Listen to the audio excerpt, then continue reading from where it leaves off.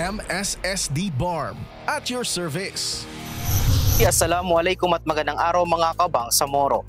Matagumpay na naisagawa ng 4-Piece BARM ang Pugay Tagumpay o graduation ceremony para sa 153 exiting beneficiaries mula sa bayan ng Sultan sa Barungis, Maguindanao del Sur nitong nakaraang November 11, 2025. Ang nasabing aktibidad ay bahagi ng pagdiriwang ng mga pamilyang nakatugon sa mga pamantayan o conditionalities ng programa ayon sa Republic Act 11310 o 4-Piece Act. Ang pagtatapos ng mga benepisyaryong nakamit ang self-sufficiency level o katayuang kaya ng mamuhay na hindi na tumatanggap ng tulong mula sa programa at mga sambahayang wala ng anak na 0 to 18 kung kaya't sila ay kailangan ng lumabas sa 4-Piece. Layunin din kilalanin at parangalan ang mga nagsipagtapos dahil sa kanilang malaking ambag sa pagpapaunlad ng kanilang pamilya at komunidad.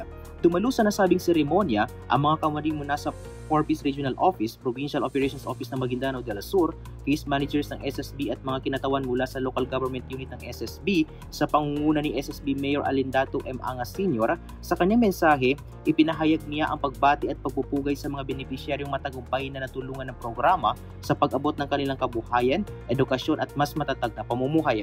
Nagpahayag din siya ng suporta para sa mas ikakaunlad ng mga benepisyaryo upang mas mapabuti ang kanilang pamumuhay.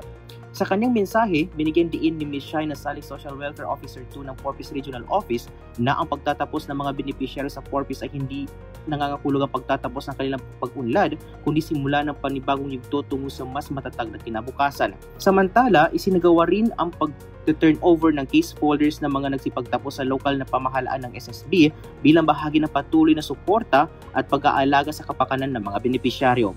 Bago pa man magtapos ang seremonya, ay tumanggap ng sertipiko ang mga nagsipagtapos, patunay ng kanilang sakripisyo at katatagan bilang mga katuwang sa pagpapaunlad ng kanilang pamilya at komunidad. Sa kabilang dako naman, nagsagawa rin ng pugay ceremony ang Lanao del Sur at Basilan, particular sa bayan ng Binidayan at Lanao del Sur B, at Lamitan City sa Basilan kung saan umabot sa 180 ang nagsipagtapos sa Binidayan at 156 naman sa Lamitan City.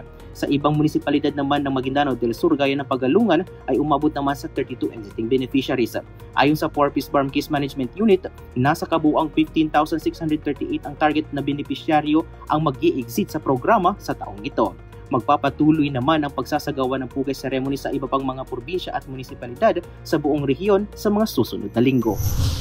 At yan ang ating update mula sa Sultan sa Barungis, Maguindanao del Sur sa ngalan ng 4-Piece Social Marketing Unit. Ako po si Muhammad Faris Usman Yunos ng Bangsamoro Muna, MSSD at your service. MSSD para sa Bangsamoro.